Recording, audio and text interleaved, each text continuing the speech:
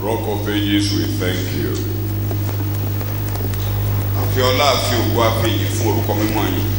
Give honor, glory, and praise to your holy name. Cannot but thank you for the documentation of the Bible. You, God, has consistently kept the word of God from generation to generation. Many people paid the price with their blood. Made sure that the Bible stands. If there were no Bible like in your world, there's no way we will say through the world. Because our gathering unto you is basically gathering unto your word. Because we can't see you beside your word. Reveal yourself to us tonight. And meet us at the points of our needs. And change us for excellence and good for your glory.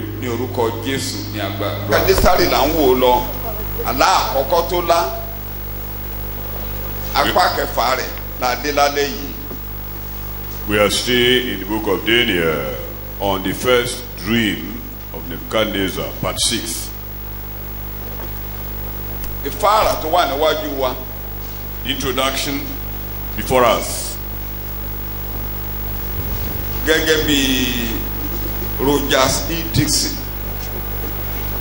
nínú commentary ẹ̀kan ló sọ pé ó ní kí a fi sọ́kàn pé. So, according to E. Dixon, he said, we must keep it in mind. Pé àlá tí a fi hàn Nebukadnesari kì í ṣe nítorí ìjọba rẹ̀ nìkan. That the dream given to Nebuchadnezzar was not only for his empire.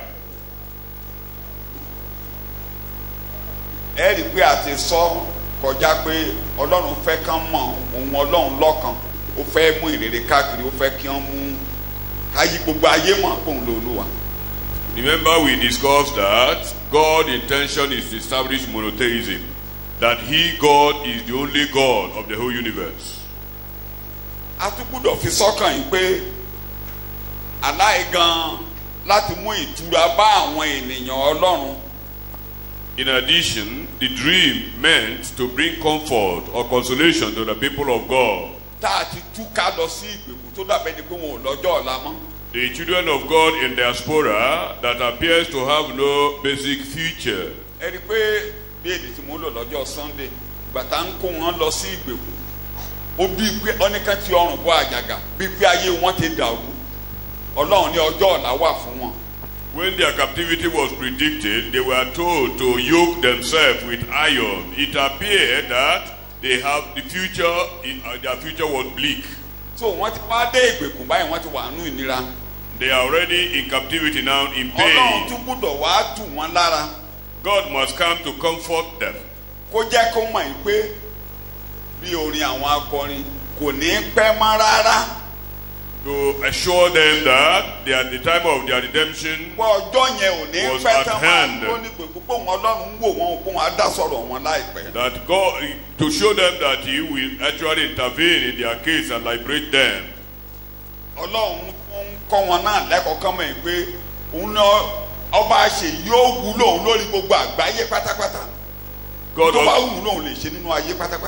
God also wants to establish the fact that He is a sovereign God in all the nations of the world. He is the King of kings all over the nations.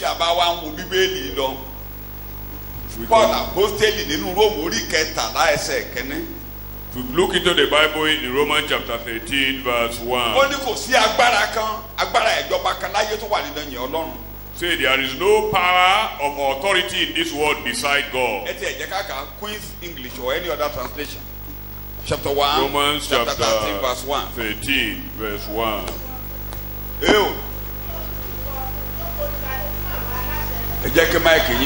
Yes.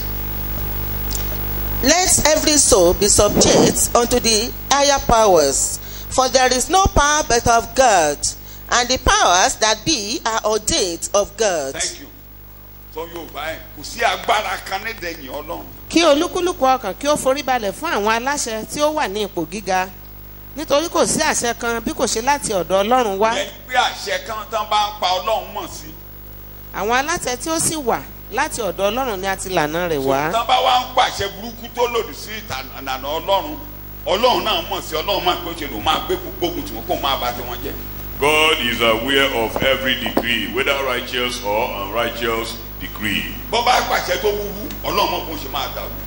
If they give a very unrighteous decree, God knows how to thwart it. Ẹ wọ́rú àṣẹ tí Nebukadnesari pa níbi pé kán lọ pa gbogbo àwọn amòye tó dẹ̀ jẹ́ pé wọ́n á fẹ́ tán bá ní kán lọ pa wọ́n á pa àwọn ọmọ Ọlọ́run pẹ̀lú wọn. Look at the decree given by Nebuchadnezzar to kill all the wise men.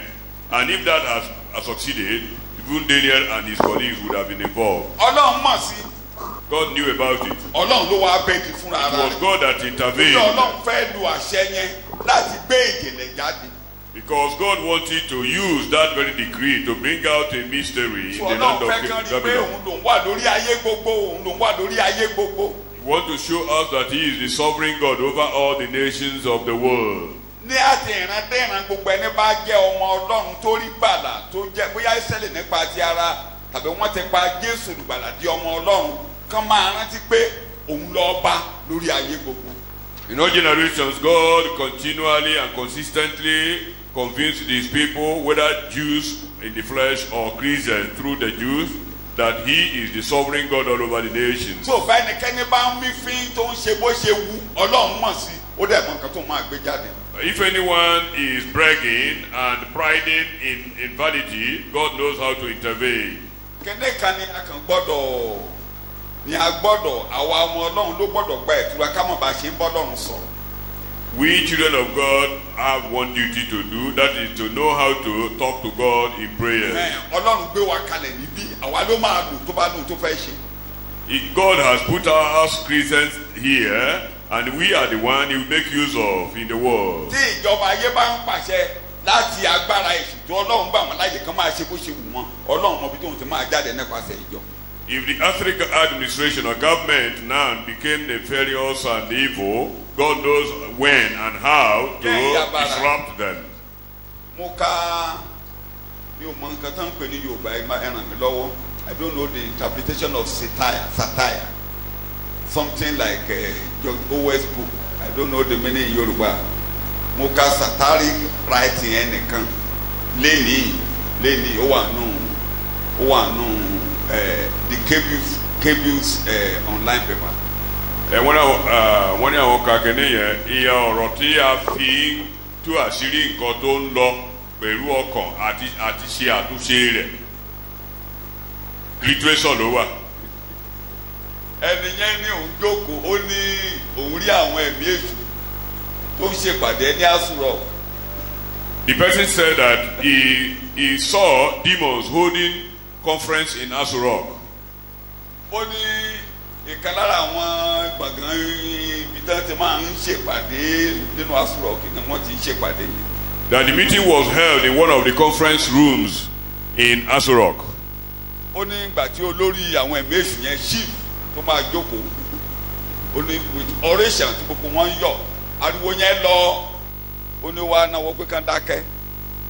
And when the chief demon sat down and an oration was given to him, but he silenced them suddenly. Pé òun fẹ́ review àṣeyọrí wọn lórí Nàìjíríà ní 2020.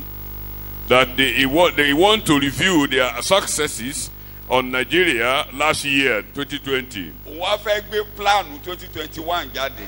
That he is about to bring out the plan and agenda for 2021. Ó wá bẹ̀rẹ̀ sí dúpẹ́ lọ́wọ́ àwọn ẹ̀mí èṣù tó wà ní ìṣáàjì àwọn area kan bọ́n ṣe ṣàṣeyọrí bí wọ́n kárí. And he continued to appreciate the efforts put in place by different demons at their different appointments. Eléyìí tí Ololai Muhammed wọ́n dúpẹ́ lọ́wọ́ ẹ̀ gan pé ó ṣiṣẹ́ takuntakun ó bá wọn ran Minister of Liar lọ́wọ́ dáadáa láti máa kúrọ́.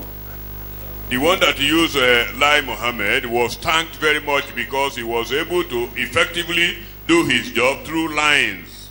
Iṣẹ́ tí wọ́n rán pé kó máa ṣe lórí ọ̀rọ̀ EndSARS bó ṣe kọlu gbogbo bó ṣe sọ̀rọ̀ sí gbogbo ọba àgbáyé pé ọ̀nà pé wọ́n èdè tó kọ́kọ́ lò ní pé Nàìjíríà tóbi pé ó pẹ́ tí Nàìjíríà ẹ̀ bá ti jẹ́ economic power tó lágbára pé àbá náà máa dá pé táwọn bá wà ń bí Nàìjíríà ò lè tóbi láéláé.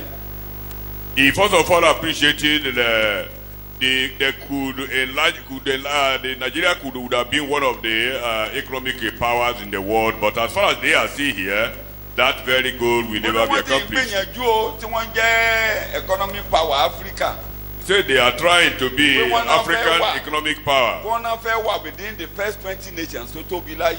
They want to belong to the first 20 nations that are very prominent in the world. So we want to work economic NSAS àti àwọn onírọ̀ minister kan ló ṣà agenda for 2021 náà wá ní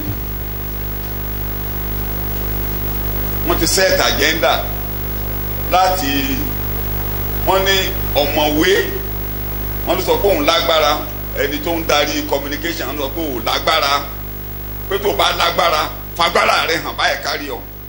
Now that the structure responsible for communication network, that proves to be an intellectual, that he should prove his intellectualism, so that before they will be confused, reveal his power. Láti shut down economy, láti stop gbogbo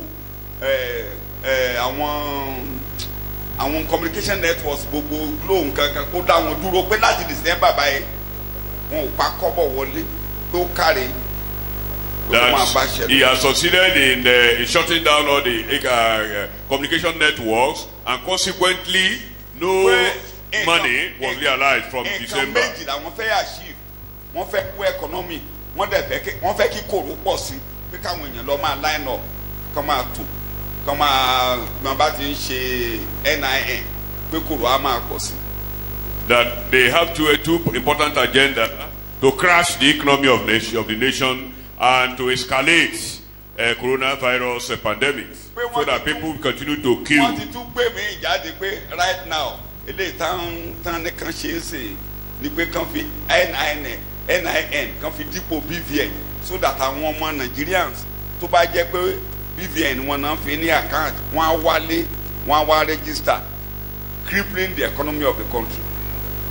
That they want to replace BVN now with NIN, so that Nigerians in diaspora will be forced to come home to make their registration. It appeared, a child's play.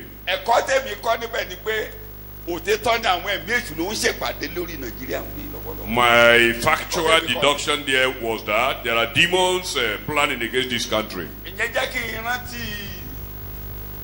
Held a conference tó wà nù ìwé challenge to missions by Oswald Smith tó ń ṣèpàdé wọ́n ní àwọn ẹ̀mí èṣù ń ṣèpàdé láti dí àwọn ìjọ lọ́wọ́ kí ìjọ má mú ìrere lọ sí orílẹ̀-èdè ibòmíì ní gbogbo àgbáyé. It reminded me of Oswald Smith, who wrote a book, Hell. That is a challenge to mission was the book, but inside of it now there was a subtopic there, health in conference, demons holding meeting to stop missionary from going to many nations. It is true that demons are holding conferences against Nigeria. And they use those who are in authority to accomplish their plan and purposes. The central focus of their attack is the gospel, and God is aware of it. The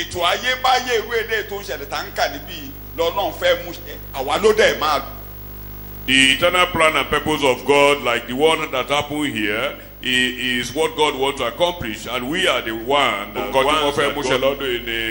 láti so láti ẹlẹ́yàmẹ̀yà tàbí ládé. Ẹ̀mí kan jáde tó fún ló wà ní ṣáàjì yẹn ó sọ àjẹ́ndà ẹ̀ ẹ̀kan jáde àjẹ́ndà ẹ̀ ní ìdàrúdàpọ̀ orúkọ ẹ̀mí èṣù yẹn ní ìdàrúdàpọ̀ kó ń dá ìdàrúdàpọ̀ kalẹ̀. And one came out to that his mission is nepotism. Another one said his own mission was confusion, to create confusion all over the country.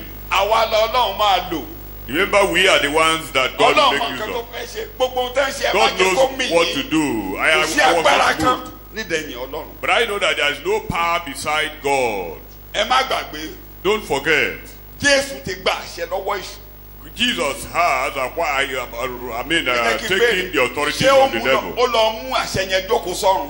As he taken the authority to heaven, he put the authority in the church.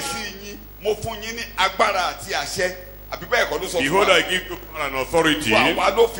He has given those to us. The authority was what the devil wanted Jesus to bow down to him before he gives to him. But Jesus told him, I will never bow down to you, yet I will empower. Jesus got the power from the host of hell and gave it to the church after the resurrection. Now he is the prince of this world, cursed out. You have been cursed out.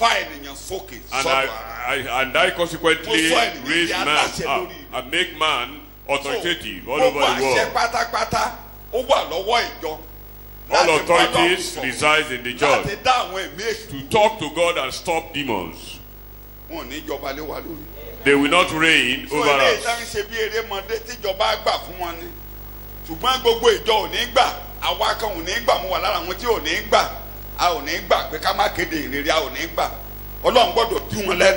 Their current manipulations can only be effective if we permit them. But then we know that there are few people who will disagree with them. God will stop them. All of us will not sleep. All of us will not sleep at the same time. And even if we slumber, some will still wake up and spring into action. All power belongs to God. All powers belongs to God. And it has been handed over to God, to the church. Remember, this place we are in, the powers are being used by the people of Israel. They were weak.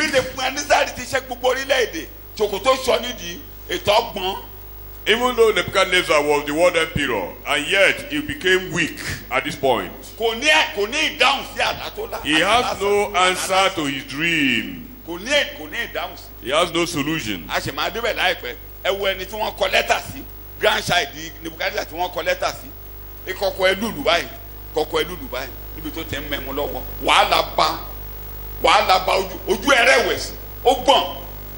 Look at the grandchild of Nebuchadnezzar, Belshazzar, that God wrote a letter to. He became so weak and he couldn't help himself. We are saying that, assuredly, that all powers belong to God.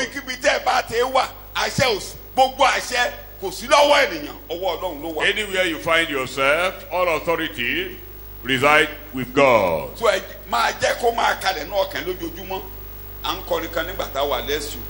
All power belongs to God.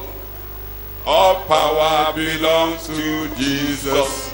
Since I am the child of God, all power belongs to me. All power belongs to Jesus. All power belongs to Jesus. Since I am a child of God, all power belongs to me. Once more. All power belongs to God. All power belongs to Jesus. Since I am a child of God, all power belongs to me. Call the name of Jesus in 3 times. Jesus' name. Jesus' name. wólẹ̀. You have given me power that under your name every knee must So kò bow. sí ogun ọ̀run àpáàdì kan tó No lè jẹ́ host lórí of ayé hell mi. can afflict me Gbogbo here. ìpàdé ìkọ̀kọ̀ yín níbi All your secret gathering, I silence ètò you. tó bá ń lọ lọ́wọ́ lòdì sí ìjọ rẹ. And it all Ìmọ̀ yóò ní gathered dúró bẹ́ẹ̀ against ni your kò ní church, your ṣẹ. counsel A shall ò not ní stand. sun yẹn ní fi gbòǹgbò múlẹ̀. You will never be established. You will never accomplish your enterprise. Ní orúkọ Jésù ní agbàdúrà. Jesus' name we pray. Sàmì ẹ̀kú kanlẹ̀. Amen. Amen. Tí Ọlọ́run fẹ́ ká mọ̀ yẹn. God wants them to know that Òun nìkan la lágbára lórí He ayé. is the only potentate God. Peter ń kà yìí. Àdẹ̀jẹ́ kó tún fẹ́ àtúrí níbí náà yìí pé kò sẹ́ni tọ́lọ́ ò lè lò. We also see it here that there is nobody God Mo yẹ ẹ lẹ́ cannot o. make use of as A instrument. máa débẹ̀ láìpẹ́. O ẹnìkan ò rí bí gbéraga kò sún tí ò lè lò tó bá ti fẹ́ mú ètè rẹ̀ ṣẹ. If God wants to accomplish His plan, there is no object He cannot make use of. Tó bá lè lo kẹ́tẹ́kẹ́tẹ́ Bálámù. If He can use the donkey of Balaam, Kí Bálámù má bàa rọrùn. for Balaam not be Kí destroyed, kẹ́tẹ́kẹ́tẹ́ dènà mọ́ tó sọ̀rọ̀ sí pé wèrè ni for the wọ́n. donkey to Bíbélì ní stop him wèrè and rẹ̀. block him, to show his insanity. Tí àbá bẹ́ wèrè rẹ̀ wí ìtòkùtò lálọ́ máa. If his insanity were not checked, he would have continued to pebble. So kò sẹ́ni tọ́lọ́ ò lè lò. Nobody is Tí a bá dẹ̀ wo Bíbélì beyond dáadáa, God's usage. ẹ rí i pé ní ọgọ́rọ̀ ìgbà ló lu àwọn tí a ń pè ní kèfèrí, yẹn ni àwọn orílẹ̀-èdè tí ò lófin, tí ò lọ́lọ́run, tí ò nírètí, tí ò ní májẹ̀mú. You know, many times God makes use of Gentiles who are not Jews in the flesh. They don't have God, they don't have law, they don't have covenant of God. They are very far away from Wọ́n God. wà bí ẹran bí èdè Pétérù, wọ́n wà bí ẹranko ṣáàtì adá láti mú fajẹ. They are basically brute beasts meant for destruction.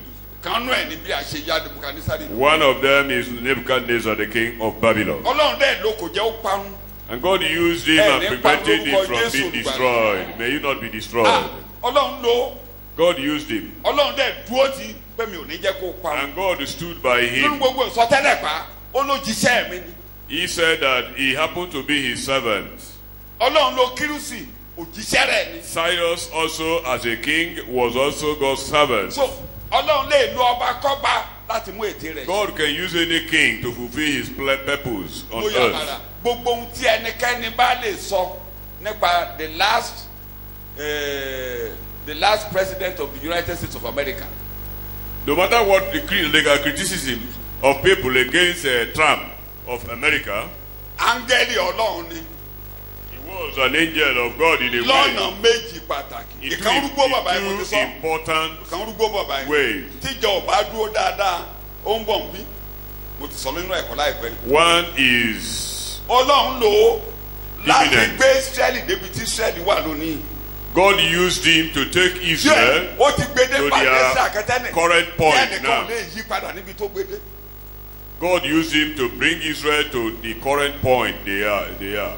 Ogun tó jà lórí ọ̀rọ̀ gay, ogun tó jà lórí àwọn nǹkan kan, bó ti yẹ pé ogun yẹn ìjọba tó débẹ̀ ẹ̀ máa yí ó ti yí padà bọ̀. The war he waged against gayism, Mo rí ẹ̀dá ìyẹn báyìí mi ò tí ì he tried, but this current one current might president distort it. ó máa gbógun ti àwọn orílẹ̀-èdè kan including Nigeria nínú punch lẹ́ẹ̀dá ìyẹn wà nítorí pé wọ́n ṣe òfin lòdì sí pé kọkùnrin àtọkùnrin fẹ́ra kọbìnrin àtọkùnrin fẹ́ra tẹ́mi pé mo sọ fún yín pé àwọn ló gbógun ti Jonathan torí ọ̀rọ̀ yẹn wọ́n náà tó ń bọ̀ wá gbógun pé wọ́n a gbọ́dọ̀ fi òfin sílẹ̀ kọbìnrin méjì máa ṣe marriage kọkùnrin méjì máa ṣe marriage. That he is out to wage war against nations that are against Gay and lesbian. gay. That is male marrying male and female marrying female. Any nation against it will be Gbogbo ìyẹn waged war náà lọ́wọ́lọ́wọ́ by fún American ìmúrasílẹ̀ government. fún ìpadàbọ̀ aṣòdì sí Kristi. All these are in preparation for the coming of the Antichrist. Everything is working towards that. Àwọn jẹ́ káka Bíbélì kan. Ohun gbogbo ló ń darí ló ń dorí kò kọ sẹ́ni síbẹ̀. tọ́lọ́run ò lè lò má gbéraga o. There is nobody God cannot use. Tọ́lọ́run bá Please gbọ́wọ́ don't be díẹ̀. proud. Ìwọ ni kò rẹ́ra ẹ sílẹ̀. Please humble yourself. Pé mo fẹ́ débi èrè. I want to be rewarded at the end. Díjú ẹ ní ìṣẹ́jú méjì sọ bẹ́ẹ̀. Close your eyes. Mo fẹ́ débi èrè. Say, help me to get to the place of Ràn mí lọ́wọ́ láti reward. débi èrè. Help me to get to the place of reward. Iṣẹ́ rẹ̀ wà títí láéláé. Lord, your work abides Ó forever. ti lu àwọn kan ṣáájú tèmi. You've used some people before me, Èmi kọ́ ló máa lò kẹ́yìn inú iṣẹ́ and I ìrìnsẹ̀. happen not to be the last to be Mo used. jẹ́ kí n ṣe léè tí màá gbèrè sí lọ́dọ̀ But rẹ̀. help me to do the one I will be rewarded for gloriously Wọ́n in ní heaven. àwọn kan á pàdánù. Má jẹ́ ń But pàdánù some people Olúwa. will lose the reward. Don't allow me to lose Bàbá it. má jẹ́ kí n ṣàṣenù rẹpẹtẹ. Help me not to waste my talent and waste Má away. ìrànlọ́wọ́ sí mi Olúwa. Lord, help me, Ní Lord. orúkọ Jésù ni mo gbàdúrà. In Jesus' name I pray. Ibí yìí bí èdè tí mo ń kọ́ lẹ́ẹ̀kan pé àsọtẹ́lẹ̀ tó ń lọ lọ́wọ́ tí à ń wò nínú ìran tá a fi hàn yìí, ìdìde àti ìṣubú àwọn orílẹ̀-èdè.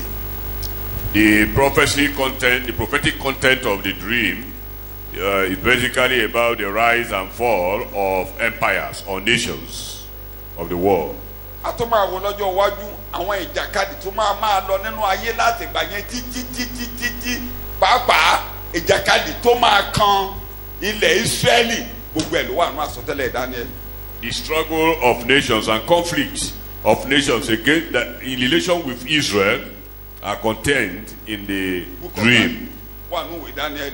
They are in the book of Daniel. Ìjàkadì ìjàkadì yẹn títí Ísírẹ́lì fi padà wá dúró gẹ́gẹ́ orílẹ̀-èdè. Struggle and conflict till Israel started getting back to their nínú nation. ìtàn ogun wà lórí nǹkan méjì, ogun wà lórí ilẹ̀ Ísírẹ́lì, ogun wà lórí ọ̀rọ̀ ìjọ. In history, there have been conflicts over the land of Israel and on the church. Ṣùgbọ́n ta ni yóò borí?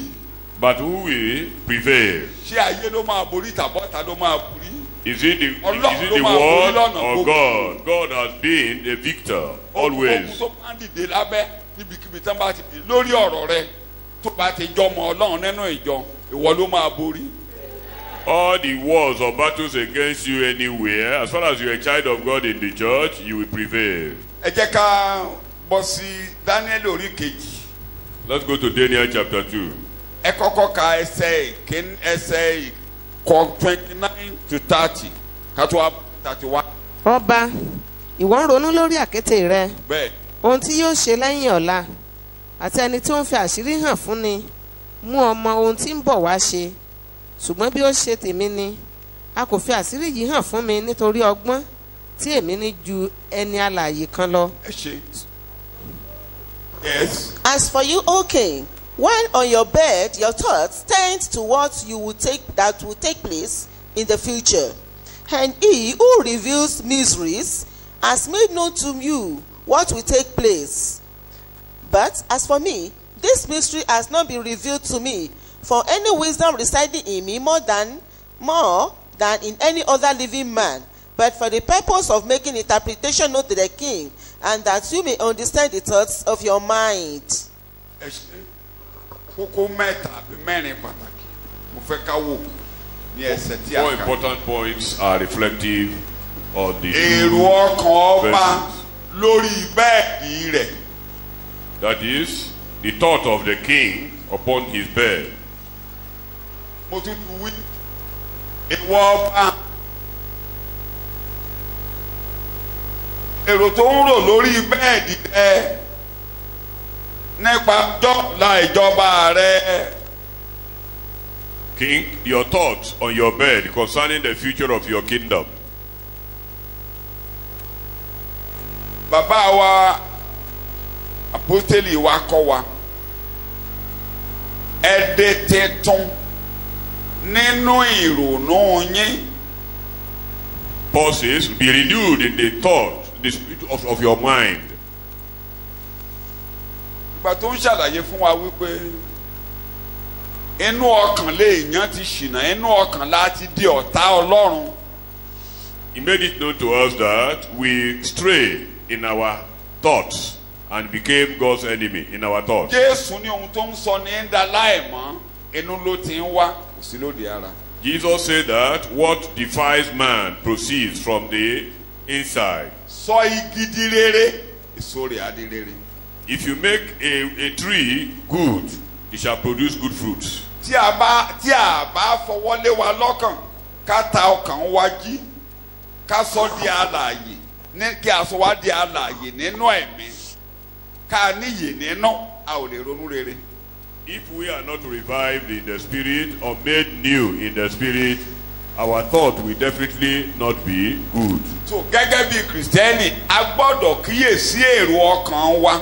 As Christians, we must take note of Bóyá our ń sùn thoughts. lórí bẹ́ẹ̀dì, ẹ kíyèsí èrò ọkàn. Whether we are in bed, we should be mindful Ẹ of ń our lọ thoughts. lójú ọ̀nà, ẹ kíyèsí èrò ọkàn. On our ways, we should be mindful of our thoughts. Ọ̀pọ̀ ìgbà nígbà tá a bá ti káàkiri orí bẹ́ẹ̀dì láti ń ro èrò. Kódà ibẹ̀ nìyẹn ti máa ń ro nǹkan tó máa gbé ṣe. Usually, the thoughts of the next agenda or in life are usually meditated upon in bed.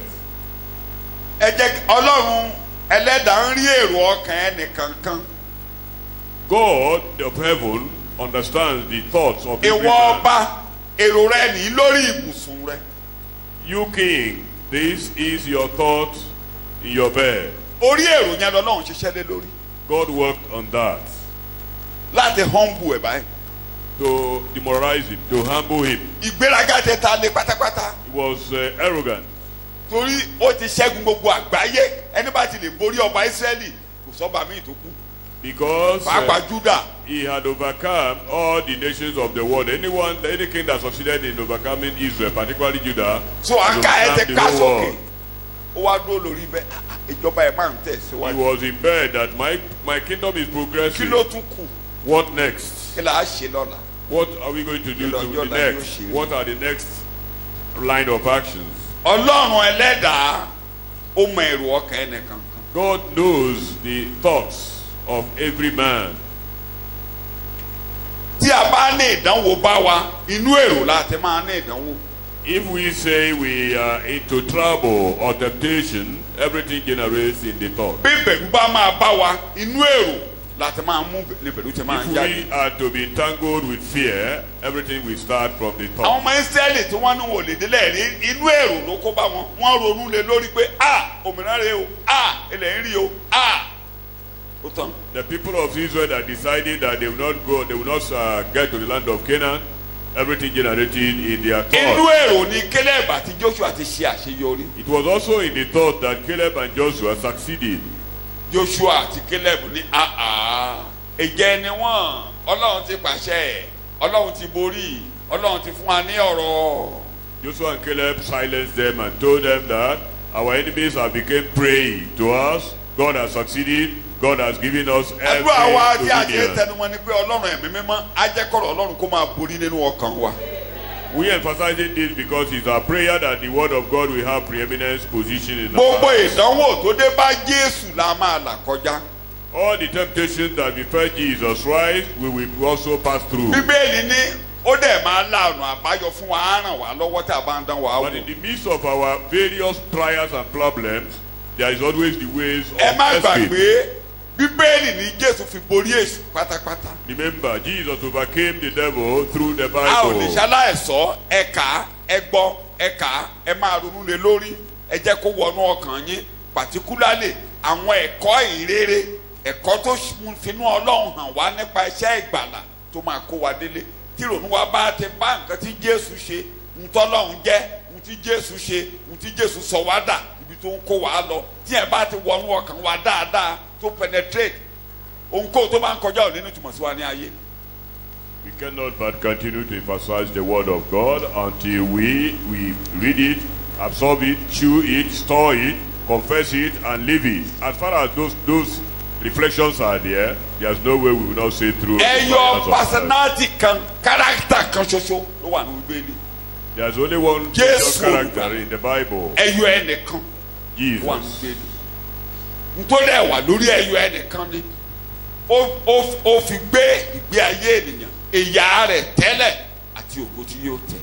And he's basically talking about the suffering and the glory that will come later. Ó darapọ̀ mọ́ wa nínú ìyà He identified with us in our suffering kó lè kó wa wọnú ògo. that he might take us into glory. Jẹ́ kó kalẹ̀ inú ọkàn rẹ pé ìyà rẹ máa lópin.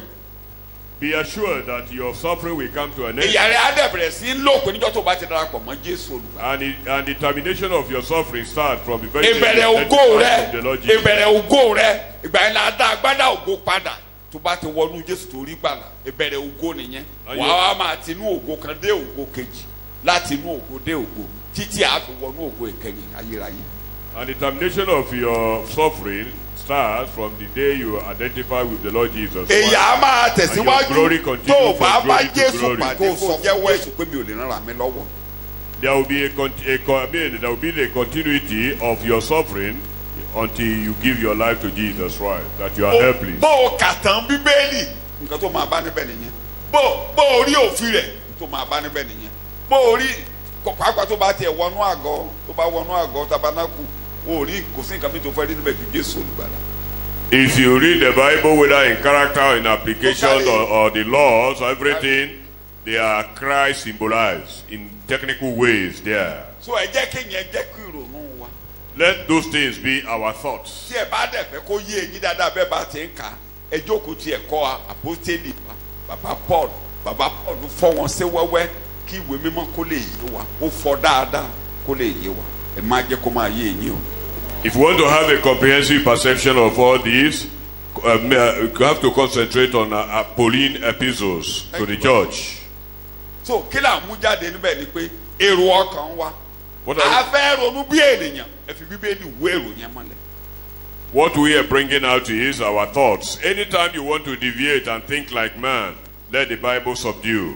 Irú èrò tó gbé wọ Jésù gbà pé ṣé bó ṣe máa bá lọ rèé bó ṣe máa bá lọ rèé o lè rí ìkan lónú ayé wàá dẹ̀ kúrẹ́ dèrè láì ní kankan a máa jùyà lọ bí eléyìí tó bá ti lè tẹríba fún mi máa dá àṣẹ máa fi fún. Look at how the devil mocked Jesus, probably tried to ridicule him that he will die of wretchedness if he fails to bow to him and get to success. Remember, he came to Jesus after prayer. He was in fasting and prayer. Say, bow down to me. Bow down. Jesus said, I will not bow. And yet, I will use all that belongs to me in this world. And I will serve God without serving you. This world. Now is the judgment. Now. That was when, at the climax, he said, now is the judgment of this world. Now is the prince of this world cast out. Now the devil will no more accomplish his enterprise. In your thoughts, the devil will not manipulate you.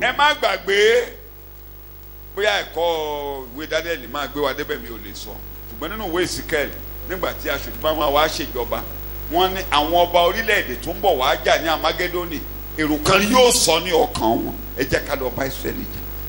At the Armageddon war, a thought, there will be a stir in their spirit, and a thought will come upon all the kings of the world. They will converge to fight at the Armageddon. 38 verse 10-19 kẹ́nẹ́ kan yóò sọ ní ọkàn. A thought will just spring forth in their hearts. ẹ ṣọ́ra o fóun tó bá ń sọ ní ọkàn yín. If any stir comes to play in your heart, láti gbógun ti ènìyàn láti gbógun ti òjíṣẹ́ Ọlọ́run láti gbógun ti ìjọ Ọlọ́run ẹ ṣọ́ra fún un tó bá ń sọ nínú ọkàn rẹ láti rojọ́ ẹlẹ́jọ́ láti tàbí láti ba ẹni jẹ́ láti da ẹlẹ́rú ronú sí o ronú sí dáadáa o ronú sí kó o tó máa ro èrò yẹn lọ torí ẹni tó rí náà kọ̀kọ́ rí èrò ọkàn rẹ o. Any contrary thought that will steer you to destabilize situations, to mock children of God, to backbite and do every other harm, please check it immediately. Ọlọ́run wá rí èrò yẹn. Now I've seen your thoughts. Bàbá wa Daniel wá ní Ọlọ́run tó wá ń rí àṣírí ìkọ̀kọ̀ ó wá túmọ̀ fún ọ pé Daniel told him, God has seen the secret of your heart. Yàwọn pẹ́lú ọmọ nǹkan tó lọ́nu ọkàn wa. Interpretation is calm. Ó mọ ilé tó gbé wájú ọmọ tó fẹ́ achieve nígbà tó bá ń gbé kíní kan síwájú. God knows your thoughts and your intention. O lè bọ́ lọ́run lo àrékèrèké. You can't dribble God. You can't dribble God. Ọ̀tọ̀nu tó máa gbé wá síwájú òjíṣẹ́ Ọlọ́run ọ̀tọ̀nu tó fẹ́ ṣe. A different thing is brought before the minister of God and a different thing in your heart. Òjíṣẹ́ Ọlọ́run lè mọ kàwé. The man of God might not be an intellectual. ó tiẹ̀ lè fọ́jú. He might even be blind. Bí wòlíì tó ṣòun ló jẹ́ kí Jeroboam ọmọ Nebati jọba. According to the prophet that enthroned Jeroboam, the son of Nebat, Abijah, ó ti fọ́jú. he got to a point his eyes became Jeroboam dim. ní He was kíyàwó blind. òun lọ bá gbàtọ́ mọ̀ ń sick. Jeroboam ordered his wife to go to him when his child was sick. Ajẹ́kẹ́ mọ̀ pé ìyàwó Jeroboam ni ó wò. So he should pretend to be another person entirely. Ṣe ara ẹ yí òun rẹ padà, yí ìrìn ẹ padà, Change your voice, your yí aṣọ ẹ stepping, your padà, dress, yí gbogbo ẹ padà. everything. Wá gbọ́ mọ̀ pé ara ọmọ ẹ ò yá. Just go there and tell him that your child is sick. Òun náà ti bẹ̀rẹ̀ sí, ó ti to gbogbo ọgbọ́n bó ṣe ń lọ báyìí. And the woman disguised. Kò tí ì sọ ẹnu ọ̀nà ló dé o. He was still very far away. Bó ni mo ló dé ẹnu ọ̀nà. He was still at a distance. Wòlíì òkúkú ojú fọ́ ṣùgbọ́n kò fọ́ Ọlọ́run ò fọ́jú Ọlọ́run tó ń lò ó Although fọ́jú. the physical eyes of the prophet was Má gbàgbé blind, Ọlọ́run tó níjọ ò but fọ́jú. God sees the mind. God of the church Ọlọ́run tó is níjọ never ò fọ́jú blind. orí ọkàn. God of the church Ó is mọ never hidden blind. He agenda ẹ. sees your Ó heart. mọ̀. He knows your hidden agenda. Bàtà bá dé rí à, òkúkú máa dé rí à láìpẹ́. Ọlọ́run mọ̀. God knows. O lè má dé rí à. Your mind, your O lè má dé intention. rí à ẹbí tó ti máa gbé jáde. I'll be saying when I get to my area, I will demonstrate what I like. Ọlọ́run mọ̀ ẹ́. Tó bá kàn fẹ́ràn á ràn ẹ́ lọ́wọ́ kó tètè gbé tọwọ́ ẹ̀ kalẹ̀. Á ràn ẹ́ lọ́wọ́. God knows how to help you to surrender all to Him. Ọlọ́run ló ní ìjọ. Tani mo ló God ní is the ìjọ. owner of the church. Àìfọgbọ́n bá a lò. You don't manipulate God. Aya Jeroboamu. He Máa called bọ̀ her at a kíákíá. distance. Jeroboam's wife, Mo come. níṣẹ́ tó tóbi fún ẹ. I have a very severe message for you. Ṣé mo pé ṣòkò ọjà òkú rẹ̀ máa tú? Torí ó ti gbogbo ohun tó fẹ́ I ṣe. believe that the woman will be shivering. Kò lè sọ̀rọ̀ mọ́ nígbà tó débẹ̀. When he got there, he couldn't complain Àti again. gbéṣẹ́ lé lọ́wọ́. A heavy message was delivered to Ní ti her. ọmọ tó gbé wá. Concerning the child you brought, Ọmọ yìí nìkan nínú ilé yín ni mo rí ọkàn rẹ̀ pé. only the child is found worthy in your home. So ẹ máa gbé lọ, á kú tó bá ti délé tó bá dé. If later you get home, the child will die. Ní gbogbo ìdílé yín bí ọ̀lẹ́ In your ọmọ family. bí ilé ọkọ̀ ẹ ṣe tóbi tó pátápátá. In your Òun family, nìkan ní only this child will be mourned by the people of Gbogbo ìdílé Israel. àtúrílẹ̀-èdè wọ́n á ṣọ̀fọ̀ rẹ̀, wọ́n á sunkún rẹ̀, wọ́n á Only this ṣọ̀fọ̀ rẹ̀. child will be mourned by the people. Wọ́n á ṣọ̀fọ̀ rẹ̀. Only this child will be Gbogbo mourned. àwọn yòókù oúnjẹ ẹyẹ, every other oúnjẹ person ajá, oúnjẹ ẹranko. Become prey of birds and beasts. Ẹ jọ̀ọ́ kí lóbìnrin yẹn ṣe máa délé lọ́jọ́ yẹn náà? Of course, the woman will not get home In the first case, joyfully. òun ló lọ ọmọ yẹn. She was the mother of the Gbogbo àwọn child. yòókù tí ọmọbìnrin yẹn bí àtòun gan, ó ti mọ̀ pé òun rọrùn. Pọmọdé Knows ìgbésẹ̀. that even other children are also doomed. Ọlọ́run tó máa mú ọlọ́gbọ́n nínú kí ni mo pè é? God will take the wise in their devices. So ẹ má fọgbọ́n bọ́ lọ́run lò. Tell God who you are. Don't be smart Tell God before tí ó God. bá rẹ̀ ọ́ sọ fọlọ́run pé ó rẹ̀ mí pé kò yé mi. If you are tired, pé kò tell yé mi, God you are pé kò yé tired. mi, pé kò yé mi, pé You kò don't yé mi. understand something, tell God I don't understand this. Ọlọ́run á dẹ̀ fi yé wa. And God will give us revelation. Ọlọ́run á fi yé wa. God will give us Torí revelation. ìgbàlà tí a rí gbà lọ́fẹ̀ẹ́ yìí. Because this is our free salvation. Kókó kan ṣoṣo ẹyọ kẹ́ndé kan ṣoṣo ni a ṣe níjọ́ tá a wá sọ́dọ̀ Jésù. There's one important step Òpè méjì taken the day we gbèsè came kan to lára Jesus. gbé. Gbèsè yẹn ni pé Olúwa mi ò lè ràn mí lọ́wọ́ àbí bẹ́ẹ̀ kọ́. The implication of our coming to Him was that, Lord, I cannot help myself. Mi ò lè dá ìrìn àjò ayé rìn. I can't journey Ọwọ́ mi ò alone. kálé ayé mi. Ó I dọwọ́ mi. cannot take care of myself. Nǹkan tí a ṣe gẹ́lẹ́ lọ́jọ́ tá a rí gbàlà. That was actually what we did the day we received Tó bá wá lò Jesus. ṣe nǹkan mi ìwọ ló mọ nǹkan tó ṣe. But if you still went further Gbogbo into Bíbélì doing other things, pátápátá. well, those things are best Kẹ́ni known kan to you. bà lé ọtọ́ àwọlulẹ̀ pé àfẹwọ́ nìkan Olúwa ló lè bá mi gbé ìrìn àjò ayé mi. Ó dọwọ́ Something rẹ̀. important. Ó dọwọ́ rẹ̀. The weight Ó dọwọ́ of rẹ̀. surrenderedness will come upon you. And you will tó o bá surrender ìrí to yẹn God. pàdé o rí gbàlà o. If that never happened to you, you are O not rí saved. gbàlà o rí gbàlà rárá. You are not saved. Bí èdè mi gbàlà ẹ kọ́wọ́ kan ó ti ẹ̀ kọ́wọ́ ńlá kan So it's not So an throughout your experiential journey, salvation. throughout your journey, let that spirit to be with you. Gbogbo ìrìnàjò rẹ jẹ́ kí ẹ̀mí yẹn Tí máa bá ẹ̀mí ẹ̀ yẹn ò bá sọ̀rọ̀. tẹ bá ọkọ wọlé ọ̀daràn. Tó o bá ti lè máa sọ pé Olúwa mo tún dé kòríta mi If you o. don't Mi continually ò lè surrender dá ṣe to o. God, Mi ò lè dá ṣe o. You might Mi ò enter mọ into nǹkan tí mo error. máa ṣe o. Mi ò mọ̀nà tí mo máa gbà o. consistently telling God, I don't know what to do, I don't know how to go about this problem. We must be consistent in our journey. Àwọn yẹn lọ́lọ́run máa ń ràn lọ́wọ́. Those are the people that are usually succored by Ọlọ́run God. tó rí àṣírí ìkọ̀kọ̀. God sees secret Má agenda. gbàgbé èèyàn ó rí àṣírí ìkọ̀kọ̀. He sees secrets. Ó dẹ̀ mọ̀ bó ṣe máa ń treat àwọn tó bá ń ṣèṣekúṣe ní kọ̀kọ̀. And he knows how to treat those who are Kò guileless. kàn ẹ́, kò kàn ẹ́. Ìpàdé òkùnkùn ò kàn ẹ́. The gathering of demons Ẹjọ́ ìkọ̀kọ̀ ò kàn ẹ́. is not your business. Ìwọ ni kó o ṣe báyìí pẹ̀lú Ọlọ́run kó máa tẹ̀lé Ọlọ́run. Only be transparent before Ẹhẹ́n. God. Jẹ́ kó Ọlọ́run mọ̀ bó ṣe jẹ́, jẹ́ kó mọ̀ bó Let ṣe God jẹ́. knows Ẹni you bá ń- in and out. Ẹni bá ń ṣe ìkọ̀kọ̀ ní nǹkan ìkọ̀kọ̀ máa ń tọ̀ lẹ́yìn. It's anybody that is secretive. Ìgbà tá a bá ṣe ṣe usually wọlé enter dàbẹ́ into ni kó fẹ́ trouble. àfẹ́tẹ̀ don't worry you will bounce back even higher on a higher ground. Even if there is an apparent effect of their plan, forget about it, glory comes. Ọ̀tá mi máa yọ̀ mí My enemy should not rejoice bí mo over bá me. ṣubú màá dìde. Because if I fall, I will rise Ọmọ pé again. ètò ìgbàlà ọ̀nà nìyí. So ọ̀tá lè rò pé òun ti jàre kò lè jàre The lórí ẹ̀. enemy might be thinking that he has succeeded, he can never succeed. Ẹ jẹ́ ká tún kíyè sára bí eléyìí o. Ká kẹ́kọ̀ọ́ lọ́dọ̀ bàbá Dáníẹ́lì. Should also Ní learn ẹsẹ̀ from ọgbọ̀n. Daniel. Tí Ọlọ́run bá ti pasẹ̀ wa ń ṣe kẹ́nẹ́ kan. Ó ní àṣírí tí a fi hàn fún mi. Ó ní kì í ṣe torí pé mo jẹ́ ọlọ́gbọ́n.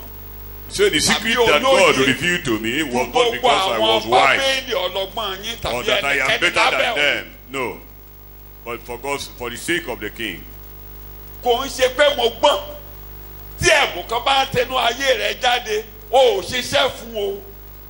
Ọlọ́run gbé e jáde torí àwọn tọ́lọ́run fẹ́ ràn lọ́wọ́. Not because you are something great. You are not great. If any gift is manifesting in you, remember the word is gift. Any gift doesn't belong to you. Thank you It's very much. given to you by somebody. So we shouldn't brag on them. Mo ń tẹnu mọ́ lemọ́lemọ́. Mo ti sọ ní jẹjọ. Tó o bá fẹ́ kẹ́bùn yẹn máa tẹ̀síwájú, tó o bá fẹ́ kánú ẹ̀ tẹ̀ gbẹ, tó o bá fẹ́ kẹ́bùn yẹn máa ṣèjúwájú. Be proactive.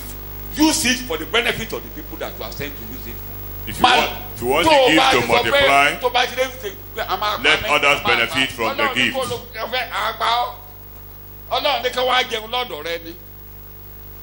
You don't be burdened by people benefiting Ẹ lọ from wo ṣe your àrànṣẹ́ gifts. Jésù, wọ́n máa ń lé ká.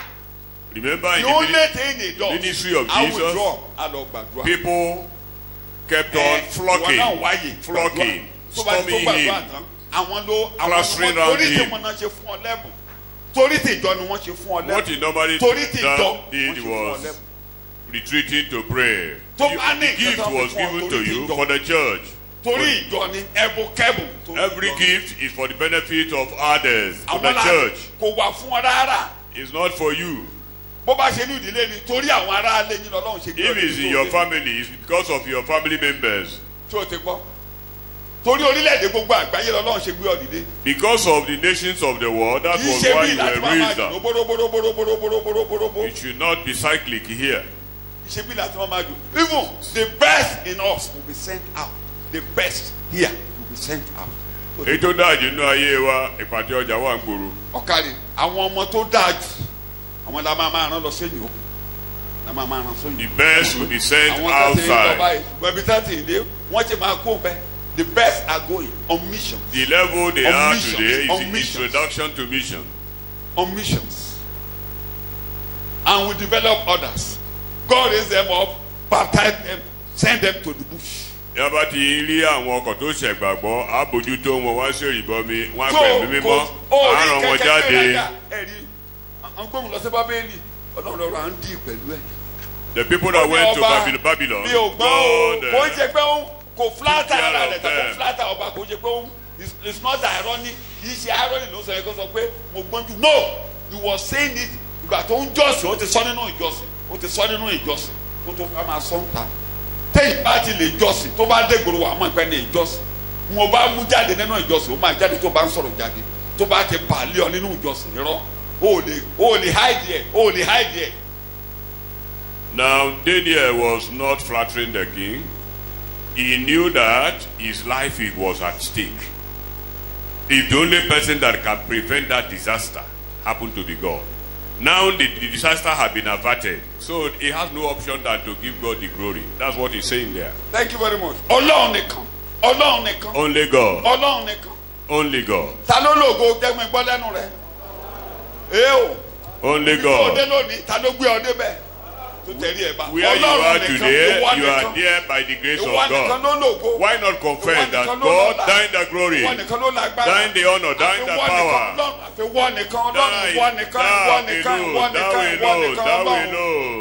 thou alone. Amen. Bóyá bara ní ẹdẹ́lẹ́ kan ní kankan wa ní ká máa wólẹ̀ o kò sí o lè ní ọ̀pọ̀lọpọ̀ nǹkan tó ń dààmú ọkàn rẹ tó wúwo kó wú tó kọ́kọ́ wólẹ̀ ìwọ nìkan ni Ọlọ́run kọ́kọ́ jọ́sìn. You might have so many accomplishments. First of all, appreciate God. Bó bá ọkọ máa yí ọ máa jọ́sìn pé ó yí ọ bàbá kò yé mi. You might even be confused. Why not appreciate God's omniscience? You know I am blind, but you see all things. And God knows that you are appreciating Him. You can never be overcome by any force. Return glory to God. He alone owns it. If you are in the fix, go back to God. God can never come to a crossroad. The children have come to the point of travail, but no strength to deliver. Then you go back to God, have a retreat with Him. Who brings to travail and then to accomplishment without you? If someone pregnancy, give the power to travail. Who help a woman to deliver their babies? God alone. Don't be afraid, or you are about to have a pregnancy. If you are traveling, God brings to pass. The first surgeon was God. Say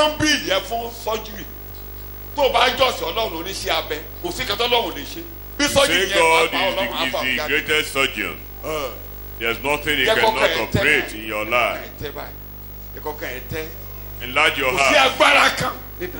There is no power or authority beside God. The Holy Spirit will help us. Let me move a little bit.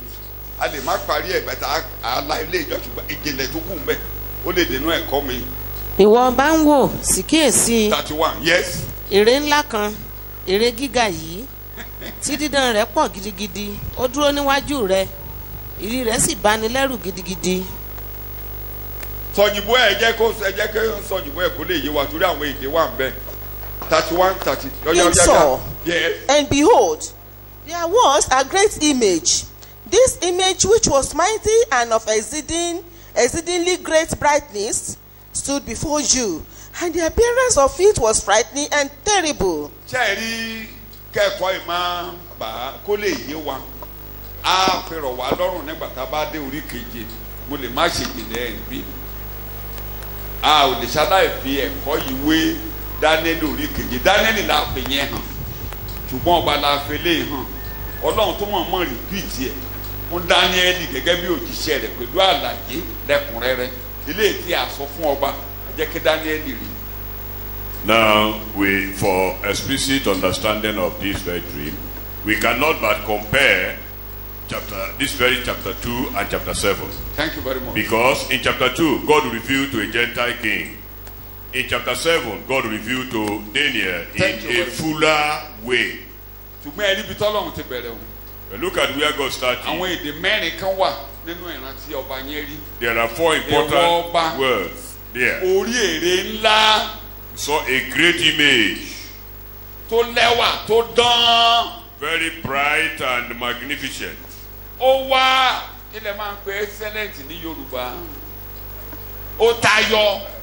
ó tayọ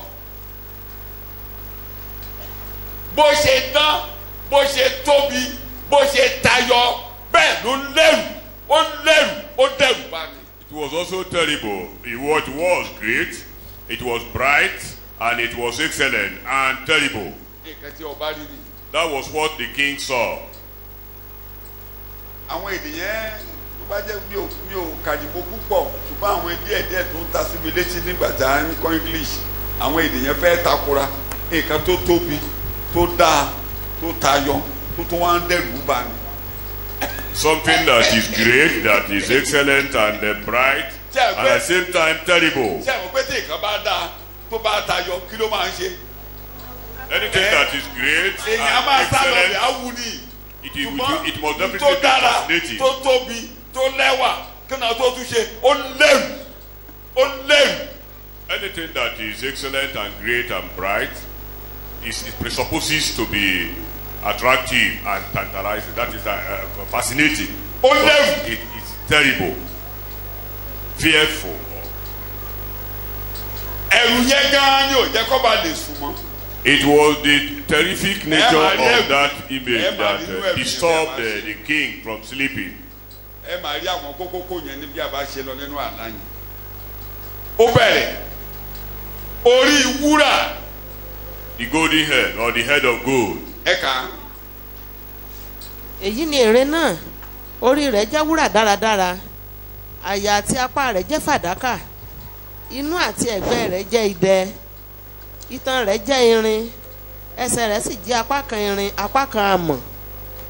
And as for this image, its head was of fine gold, its breast and its arms of silver, its belly and its thighs of bronze, its legs of iron, its feet partly of iron and partly of clay, the baked clay of the potter.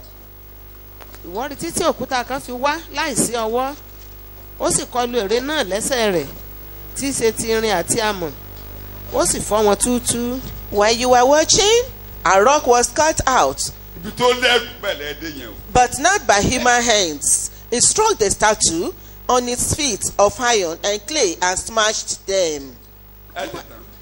nígbà náà ni a sì fọ́ irin amọ̀ idẹ fàdákà àti wúrà pọ̀ túútúú ó sì dàbí ìyàngbò ìpakà nígbà ẹ̀rùn afẹ́fẹ́ sì gbá wọn lọ tí a kò sì rí ibi kan fún wọn mọ́ òkúta tí ó sì fọ́ ère náà sì di òkè ńlá ó sì kún gbogbo ayé. Then the iron, the clay, the bronze, and the silver and the gold were broken to pieces at the same time and became like chaff on a threshing floor in the summer. The wind swept them away without leaving a trace, but the rock that struck the statue became a huge mountain and filled the whole earth. jẹ́ ká rán ra wa létí bó ṣe kọ́ yìí gbàtàbá wa ń kà fún rẹ̀ wa máa sọ tó túmọ̀ sí nínú ìtàn yìí. ìkíní orí ère tó rí yẹn kí náà ló jẹ́ ẹ̀yìn ọmọ Ọlọ́run wúrà. The head of the image is gold, fine gold. ó wá ní igbá àyà àti ọwọ́ igbá àyà báyìí àti apá báyìí ó jẹ́ fàdákà orí yẹn wúrà tó ń dán fàdákà náà ń dán pẹ̀lú ẹ̀ ó tẹ̀lé. The breast and the arms, the chest, silver. gbàtà wá kú òun bẹ́ẹ̀ wọ́n wá ní ó débi ikù àti ẹ̀gbẹ́ báyìí ikù báyìí àti ẹ̀gbẹ́ báyìí ó jẹ́ idẹ kìkì idẹ. The belly and the thighs are brass. ìgbàtà bá kú òun bẹ́ẹ̀ wọ́n á bọ́ sí ẹsẹ̀ méjì lèèyàn fi rìn wọ́n débi ẹsẹ̀ ère yẹn ẹsẹ̀ yẹn wá jẹ́ irin. The legs is iron. gbàtà wá dé ìsàlẹ̀ ẹsẹ̀ irin àti amọ̀ wá dàpọ̀ mọ́ra. And the feet, there was a mixture of iron and clay.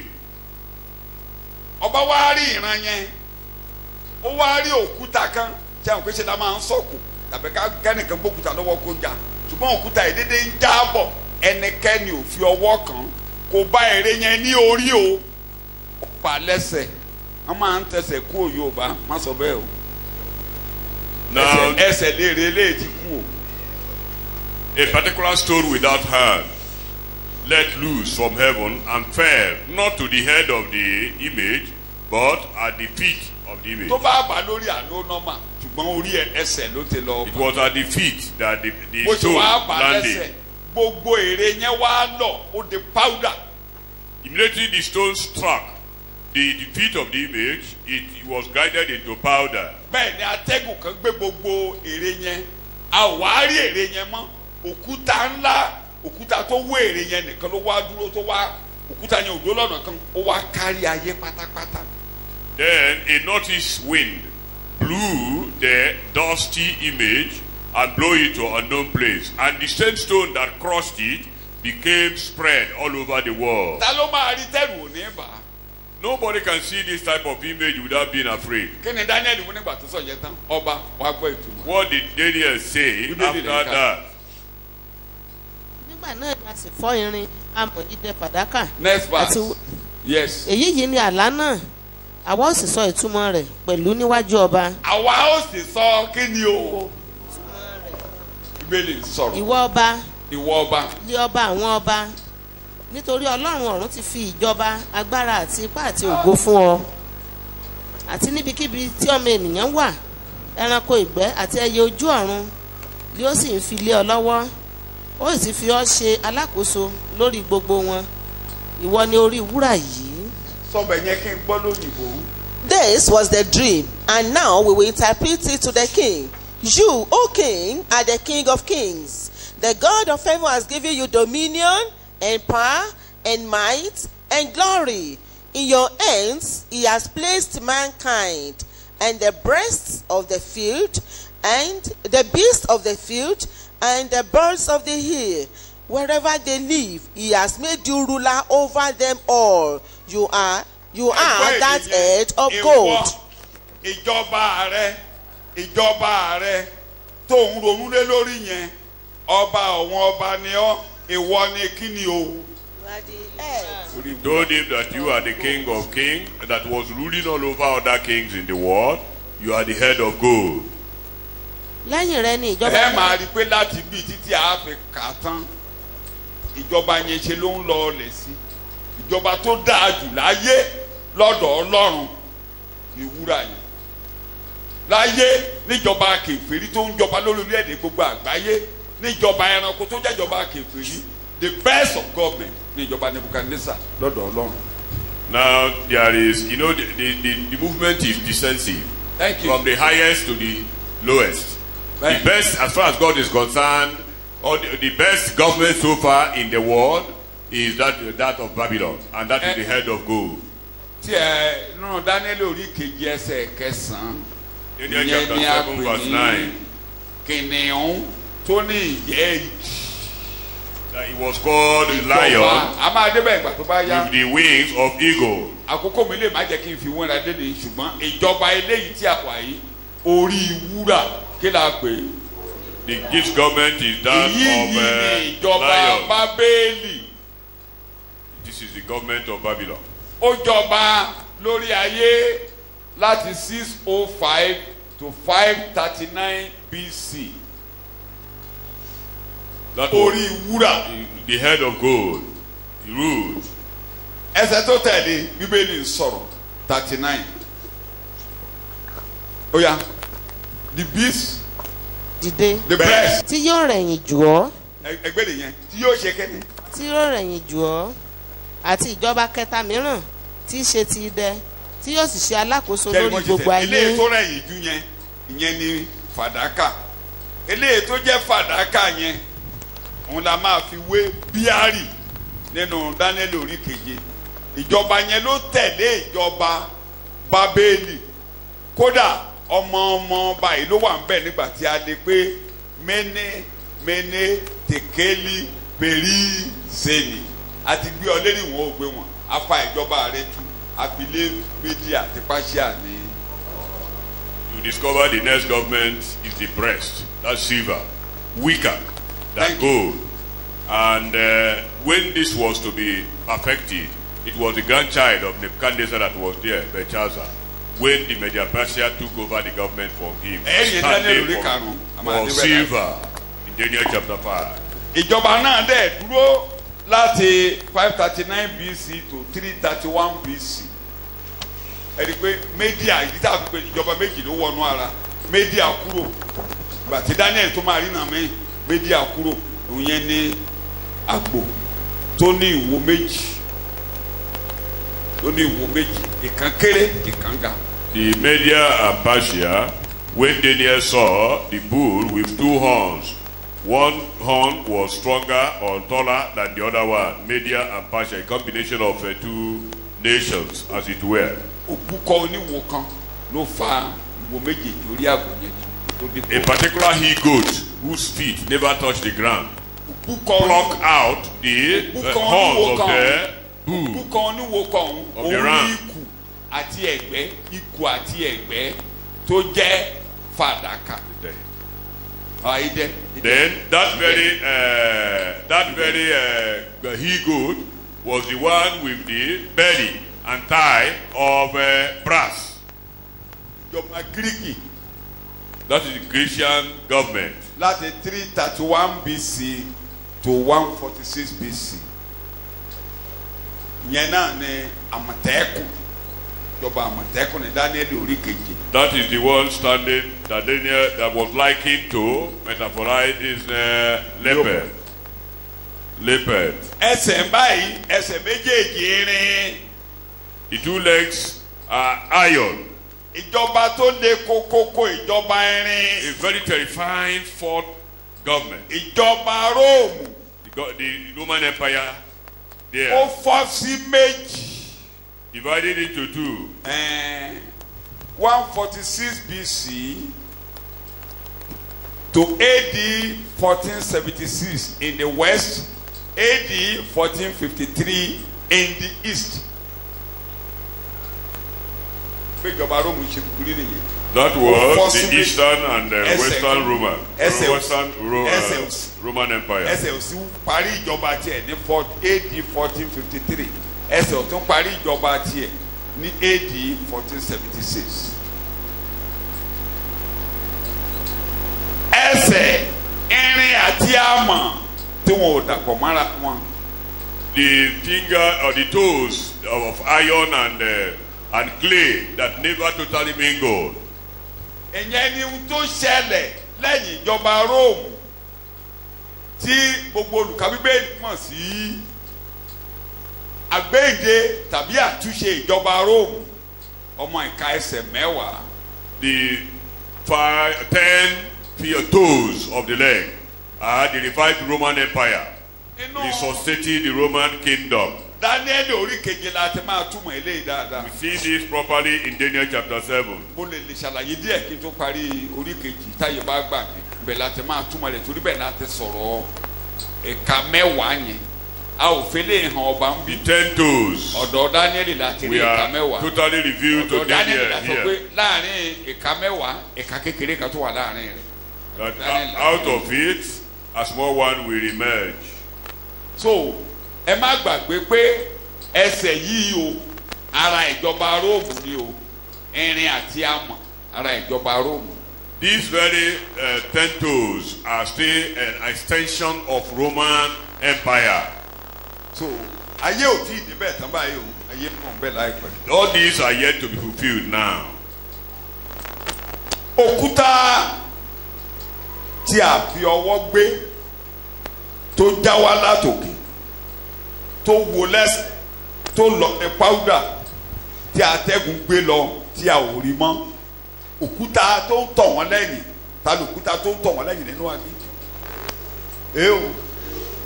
The stone without hand that struck the feet of the rock that Moses was ordered to talk to was Jesus.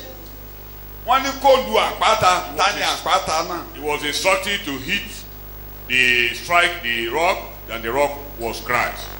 How do you declare for the rock? ta ni àpáta náà. cover you with my hand. mo ní ta ni àpáta náà. was Jesus. tẹ́ bá ti ka bíbélì tẹ́ bá ka Old Testament ẹ̀ ní gbádùn bíbélì ẹ̀ ní gbádùn ẹ̀. if you don't read the Old Testament you might not enjoy the ẹ má Bible. túmọ̀ rẹ̀ kọjá ibi tí ó ní ìkan. don't interpret the Bible beyond the Bible. tí ẹ bá túnṣe lè lọ okùn ara yín lẹ́sẹ̀ ẹ má ṣe yẹn ṣùgbọ́n ẹ rọra máa rí níwọ̀nba bọ́lọ̀ ń ṣe fi hàn wá nu bíbélì mi máa ràn wá lọ́wọ́. The Lord will help us to understand the scriptures. òkúta ọ̀hún nìyẹn. That was the stone. mo ní akọrin fi kọ́ ni àpáta ayérayé. The songwriter says, Rock of Ages. òun nìkan ni àpáta. Pray for me. òun ni àpáta. He alone is the rock. nígbà tí oníwòlíì náà tó máa sọ. When a prophet was òkúta sí àwọn ọmọdé. say the stone taken by the builders became the chief cornerstone. àpáta àpáta. so òun ló máa kú gbogbo ayé báyé fẹ́ Fill the whole world, whether the world will like it or not. jọba. Jesus will reign. Jésù yóò jọba. Jesus will reign. Jésù yóò jọba.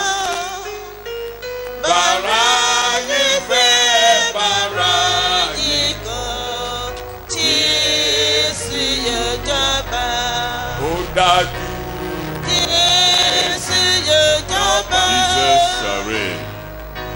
Jésù yóò jọba. Bàráyé fẹ́ bàráyé kọ̀. Jésù yóò jọba. tó ìtùnú fún àwọn ọmọ Ọlọ́run pé gbogbo ìjọba tó ń jọba lé wa lórí láyé o wọn ò agbára wọn ò wà títí wọn ò dúró bẹ́ẹ̀ títí. A consolation for believers that all the devilish government ruling over us have temporal wọ́n máa rẹ̀ lẹ̀ existence. sí ni wọ́n rẹ̀ lẹ̀ sí ni. They will be diminishing. mo dágbára pé eléyìí ló dá o. ẹ fọkàn They will be yín balẹ̀ diminishing. ẹ ò lè rí ìjọba kan tó dá a mọ́ láyé. There is no Mama, more good government. Everything continue to dwindle. ìjọba àná ẹ̀ tún fẹ́ léwu ìjọba ìjọsílẹ̀ ìdájẹ́ lé lọ. If you compare the current with the past, you will actually esteem the past. títí lónìí báyìí ni Yorùbá máa sọ pé láyé Awólọ́wọ̀ láyé Awólọ́wọ̀. Today people say during the time of Awólọ́wọ̀, bó wá ṣèjọba kò lè ṣe ohun tó ṣe nígbà yẹn mọ́. if you resuscitate him to come and continue today, his government can never be like òun ló fi that. dá tán bá ṣe díẹ̀ kan máa lọ. That's why it is good for them to do a little and ìgbà tó go. mi pẹ́pẹ́pẹ́pẹ́pẹ́pẹ́pẹ́pẹ́ ṣe ló bọ̀rọ̀ mi wò ó mọ́lẹ̀ tómi wò ó mọ́lẹ̀ omi wò ó mọ́lẹ̀ ẹ̀ But lọ. when he wants to continue there, everything will collapse. kò sí bó ṣe lè dá a sí mọ́. It can be better. wọn ò lè gbọ́n náà ń ṣe gàba oníbi tó mọ. And if they are oppressive, bẹ́ẹ̀ nìkan bá they lò have kẹ́kẹ́ limitation. oníbi tó mọ. If anybody is trying to break and oppressive, they have limitation. n tó fi ń gbéraga Ọlọ́run á dín. It's wà lọ́wọ́ what he prides ẹ̀dínbọ́lọ́ ṣe on dín. will be ridiculed by God. títí ó sọ gbogbo rẹ̀ dé yẹ̀pẹ̀ àti àná. Eventually, everything was tí ó fi dé. destroyed. títí tí a fi wo mọ́lẹ̀. The Lord things were destroyed. ayé ò ní jọba lé ọ. The world will not rule over you. èmi lọ́ọ́ bá yín ní Jésù kọ́. I am your king, says èmi Jesus. nìkan lọ́ọ́ bá yín. I am the only one that is ṣé your Jésù king. tó láti jẹ ọba lórí ayé wa. Jesus is gbogbo competent to àwọn rule tẹ́ ẹ over pè ní our lives. aláṣẹ èmi ẹgbà mi ní ọba yín èmi lọ́ọ́ bá yín. Take me as your king. All that gbogbo you tó bá claim lòun to tó be bá lé in mi lórí ẹ̀ bá ti authority, gbà mí láyè you are máa not. wò mọ́lẹ̀ máa you wò mọ́lẹ̀. accept me into your life, I will demolish gbogbo tó bá them. kóra jọ lórí ayé yìí tán jẹ gàba tẹ́ ẹ bá ti fún mi láyè máa wò mọ́lẹ̀ bọ́n fẹ́ bọ́n kọ̀ All máa wò that mọ́lẹ̀ máa wò wọn mọ́lẹ̀. Trying to rule over you, ètè mi ni pé give kí me mi wò chance. wọn mọ́lẹ̀. I will demolish them. gbogbo ẹ̀yin tẹ́ ẹ yọ̀ǹda ara yín fún Jésù gbogbo nǹkan tó bá jẹ́ ìnira fún yín Olúwa yóò wò wọn mọ́lẹ̀. All of you that surrender your life to So Jesus, bẹ́ẹ̀, all your ìjọba Ọlọ́run ti problems dé will be sínú ayé demolished mi. in Jesus' name. gbogbo ohun tó bá jẹ́ ti wúrà ẹranko àti gbogbo ẹ̀ kó máa dé ìtẹ̀mọ́lẹ̀ pátápátá. All that are ìjọba trying to Ọlọ́run ti oppress dé you, ó Jesus ti will dé yẹn ta demolish them. Jesus has come to stay. All The their kingdom of kingdom Christ is has come demolished. to remain and stay in my life. Every other kingdom, every other authority should be crushed into powder in the name of Jesus.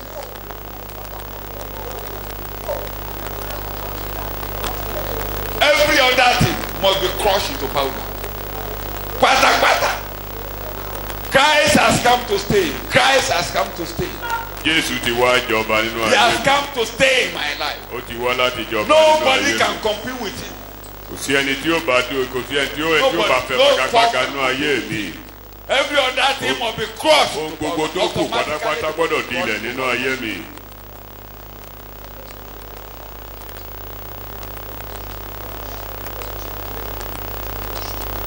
Jésù Olúwa wa.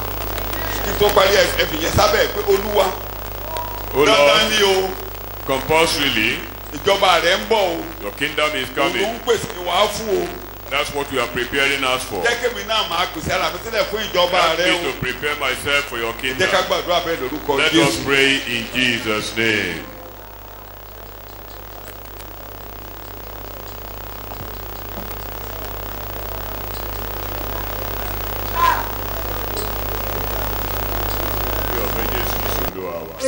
Bẹ́ẹ̀ jẹ́ Ọlọ́run. Dàpọ̀ jẹ̀ mímọ́. Kó máa bá wa lọ. Ké hallelujah. Ké hallelujah. Ké hallelujah.